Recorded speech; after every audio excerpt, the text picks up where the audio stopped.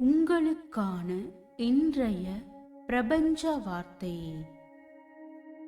நாம் எதை போன்ற எண்ணங்களை கொண்டுள்ளோமோ அந்த குணங்களை ஒத்த நண்பர்கள், சூழ்நிலைகள், சம்பவங்கள் ஆகியன நமக்கு அமைகின்றது. நமது எண்ணங்களுக்கு ஏற்பவே நமது வாழ்க்கை தீர்மானிக்கப்படுகின்றது. நல்ல எண்ணங்களையே, நல்ல நண்பர்களை நல்ல சூழ்நிலையில் நம்மை நோக்கி ஈர்த்து கொடுக்கிறது. நல்ல எண்ணங்கள் நம்மை நல்வழிப்படுத்தி வாழ்க்கை நடத்த அடுத்த கட்டத்தை நோக்கி நம்மை நகர வைக்கும். உங்கள் எண்ணங்களே உங்களை உயர்த்தும்.